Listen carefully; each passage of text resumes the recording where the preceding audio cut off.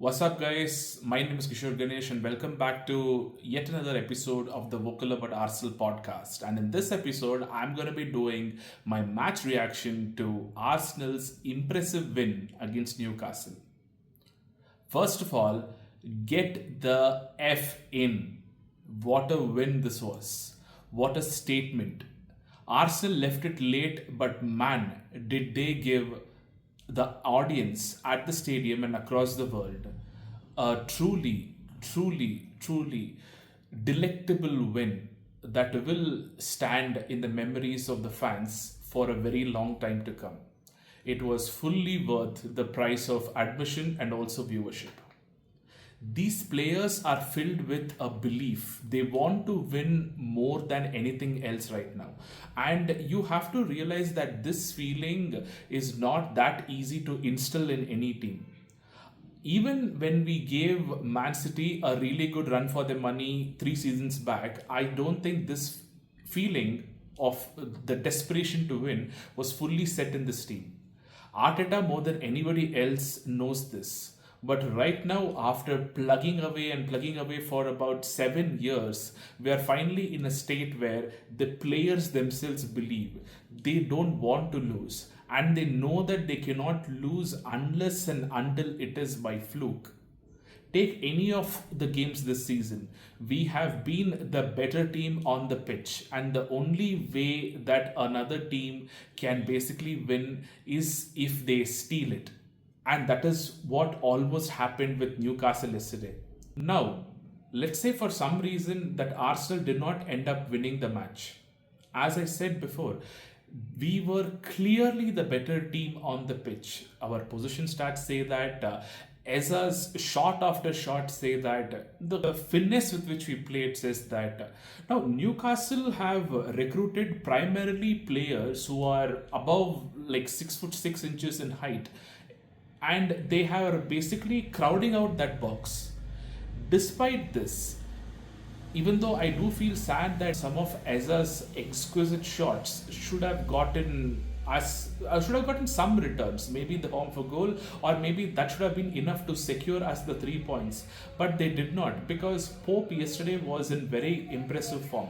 But despite all this, I would still say that the fact that Arsenal are capable of being the better team is testament to Arteta instilling the structure and the belief in them. And not to mention or discount our players' efforts, who are an amazing unit. Now, coming to the fact that we score so many goals from the corners. In my opinion, when things are happening fast, when things are happening in a state of improv, when they are unpolished, like our shots from the outfield, they can be managed. By this, I mean that Newcastle has basically learned to pack our box with people who are 6'6" and above, basically giants. And they are also very good at the art of defending, where they did not allow the ball to reach Gyökeres when he was making some really good runs in this match. All these things can be managed. But during set pieces, during free kicks, and during corners, there is so much variation that Arsenal is bringing to the table that it cannot be managed. There was one free kick where Arsenal players were basically forming some kind of a human train where they ran in when the ball was coming in. And during the corners, Saliba, the magnificent Saliba, basically held on to Nick Pope without actually doing too much of a holding on, which would have resulted in a foul, which led to basically Gabriel scoring the goal. All these things are practiced time and again during our training sessions. To paraphrase Jordan, they would have done set piece routines about 10,000 times, and that is why they are able to increase the probability of us scoring the goals so much. Now, coming to basically the man of the moment, Gabriel. Gabriel basically showed the entire human evolution experience, or the arc in this game, because he was both soft at the beginning, and then he basically turns up with the goal. Gabriel was a bit too weak when what's his name, Walt something, scored the goal. And then he is the guy who in the 96th minute manages to get us the winner. Gabriel reminds me of us, the humans. Because in football, there is a tendency that some players can come across as gods. But the thing about humans is that even when gods take a break or they disappear, humans are there. They're always available and they are there to put in these kind of moments because we just don't quit. And that is what makes humans into heroes. Now, let's take a moment to talk about Eza. I mean, the sheer exquisite nature of his shots was, in my opinion, they deserved a goal or two, genuinely. And if you see now, you can see that him being in the team leads to more of the play happening in the center of the pitch. This, I am sure, is going to benefit our wingers who can basically get away their shots and we can generate more goal scoring opportunities for them. And my word, what a signing he has been so far. Now, coming to Saka. Saka was the captain yesterday, and I honestly feel that it really suits him. I think I mentioned this in the previous game as well. There is just a different kind of intensity to Saka when he's given the armband. He routinely gets. Earlier it was double team, now then it became triple team, and now I think four people continuously follow him. And to have a Saka there and to have an Eza in the center of the pitch, this is creating a lot more avenues for us to score goals from. Kudos to his performance. And then moving on to Timber, I think I mentioned this on Blue Sky. He is just a phenomenal footballer. His attacking is killer, his defending is killer, his attitude is great. And I'm honestly wondering how Arteta is going to manage both Timber and Ben White. But I also believe that Arteta has given up on this whole starting 11 versus the others kind of a scenario. For him, it is always the starters and the impact players.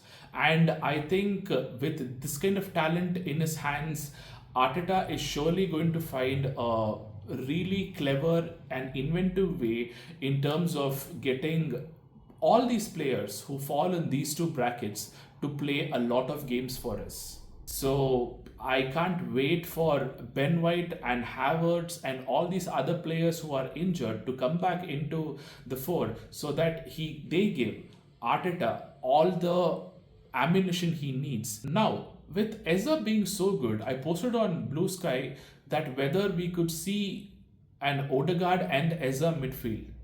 And I think one user sent out a really gnarly reply to this, wherein he mentioned that we could play a 3-4-3 with Odegaard, Eza, Zubamendi, and Rice playing the midfield.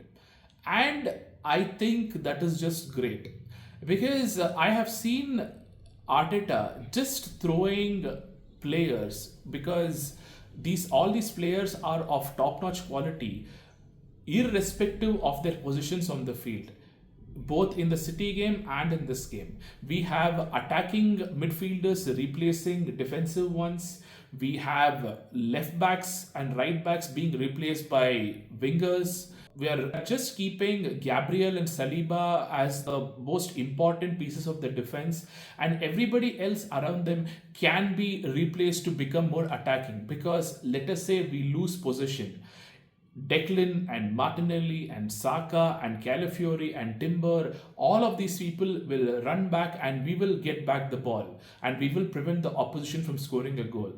It is this quality of the team that allows Arteta to pull, dare I say, a Wenger and throw all this good attacking talent onto the pitch.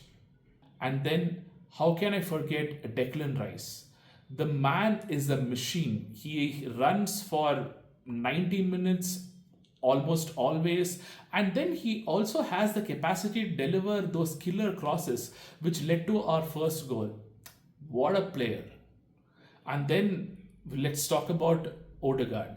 Now there is almost like a seismic shift in the quality of Arsenal when Odegaard appears on the pitch, and this happened yesterday as well. When he came on in the 80th minute, there was a shift in the way Arsenal played. And of course, that beautiful corner kick that led to our goal. is something that is testament to the quality of our captain. And finally, I am deliberately not including any of the negative BS that happened in the game. I don't want to lose my good buzz about this match. But let me say this. I know that home advantage is a thing in football, but I don't think it is the job of the referee to make it so strong and tangible.